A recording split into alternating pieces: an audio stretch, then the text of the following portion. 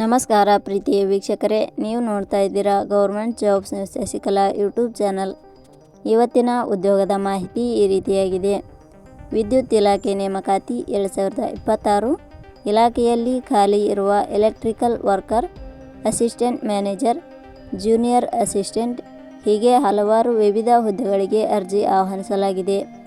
ಈ ಹುದ್ದೆಗಳಿಗೆ 10ನೇ ತರಗತಿ, ITI, PUC, ಡಿಪ್ಲೊಮಾ, ಪದವಿ ಪಡೆದ ಪುರುಷ ಮತ್ತು ಮಹಿಳಾ ಅಭ್ಯರ್ಥಿಗಳಿಂದ ಹುದ್ದೆಗಳಿಗೆ ಅರ್ಜಿ ಆಹ್ವಾನಿಸಲಾಗಿದೆ.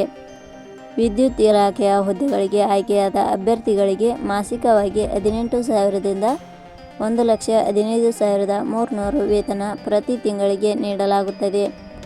ಆಸಕ್ತಿ ಹೊಂದಿದವರು ಮಾಹಿತಿಯನ್ನು ಪೂರ್ತಿಯಾಗಿ ನೋಡಿ ತದನಂತರ ಅರ್ಜಿ ಸಲ್ಲಿಸಿ.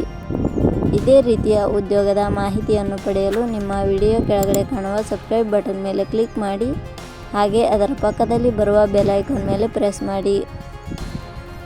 ಇಲಾಖೆ ಹೆಸರು ಕೇರಳ ಸಾರ್ವಜನಿಕ ಸೇವಾ ಆಯೋಗ.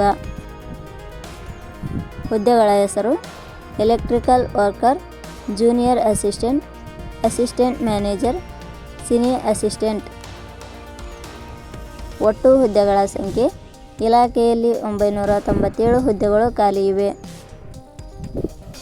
ಶೈಕ್ಷಣಿಕ ವಿದ್ಯಾರ್ಹತೆ.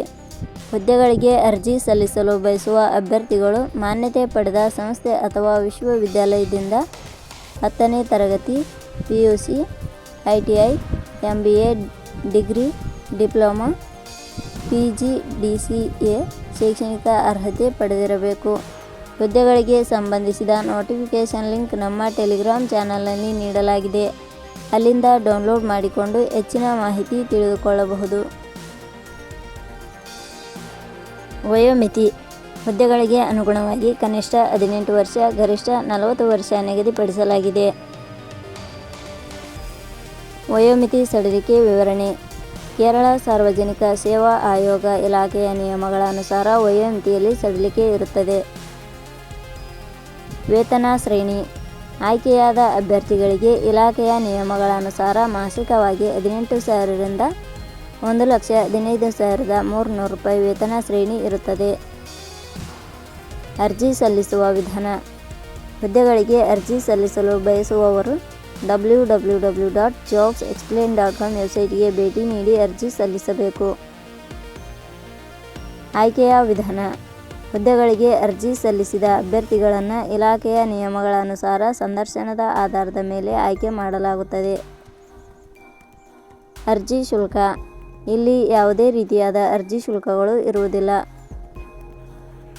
ಉದ್ಯೋಗದ ಸ್ಥಳ ಕರ್ನಾಟಕ. ಪ್ರಮುಖ ದಿನಾಂಕಗಳು. ಅರ್ಜಿ ಸಲ್ಲಿಕೆ ಆರಂಭದ ದಿನಾಂಕ 30/4/2026.